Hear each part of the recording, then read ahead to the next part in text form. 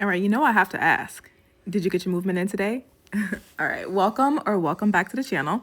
As you can see, I'm trying out something new here, guys. I had a little fun with this one. Let me know what you think. Okay, now if you've been following along, February we have been doing a movement is a blessing challenge. And the whole goal of this challenge was to stay consistent with physical activity, right? So we were working on decreasing our sedentary time.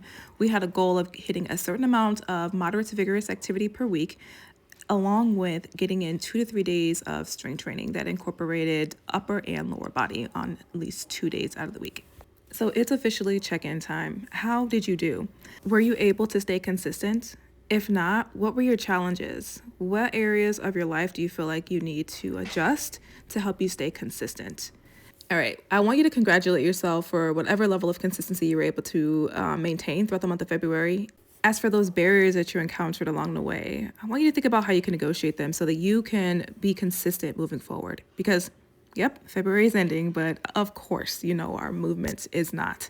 We are habit stacking, okay? So we're gonna roll these habits into March, which is why I really want you to think about the challenges that you encountered when you were trying to stay consistent this month. I know for myself, my biggest challenge was managing my time efficiently so that I could get my workouts in at the times that I scheduled them, because my work hours and school hours keep me pretty busy, along with, of course, motherhood and keeping up with my son's activity schedule. You stack all that on top of trying to eat healthy, home cooked meals, get in enough hours of sleep. And it just seems like you don't have enough hours in a day to fit it all in sometimes. For me, that's where it's really important that I really try to be the most efficient with my time as possible.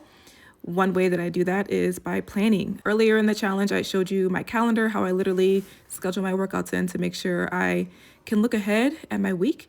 How busy are my work hours? How busy is my son's schedule? And I try to be reasonable when it comes to scheduling my physical activity, right? I don't always get in the workouts that I would really want to or intend to, but one of my biggest focuses is at least on staying consistent, because I just know how important consistent physical activity is on my overall metabolic health.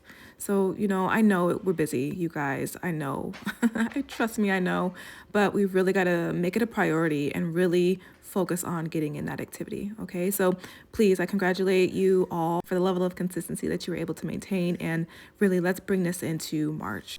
All right, guys, a quick note on this workout. I did things a little bit different. Now, I typically start with the squats because, big compound movement. I want to make sure I got all the juice in my legs for this movement. But instead, I started with the hex bar deadlift, and then I followed that up with the squats. And then, of course, the good old Bulgarian split squats. I also really was paying attention to my rest times. I kept it to a minute in between sets. So I was pretty exhausted. It was only 3 exercises, but and I did 3 rounds of each for sets of 10 to 12, depending on the exercise. And I was feeling it. But okay, anyway, so again, we are habit stacking, okay? So we're carrying in this activity into March. And for those interested in March's challenge, we are focusing on nutrition. As you know, nutrition is a cornerstone of good health, okay? So we really, really gotta focus on it.